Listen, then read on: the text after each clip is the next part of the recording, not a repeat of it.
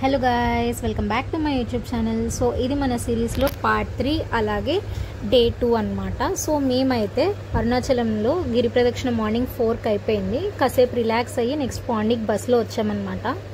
మేము బుక్ చేసుకున్న stay white టౌన్లోనే ఉంది. సో అక్కడికి మేము క్యాబ్లో వెళ్ళాము. అండ్ దెన్ మేము లంచ్ చేసేసి ఫ్రెంచ్ కాలనీ స్ట్రీట్స్ అన్నీ బాగా తిరిగేసామన్నమాట. మంచిగా ఫొటోస్ తీసుకున్నాం.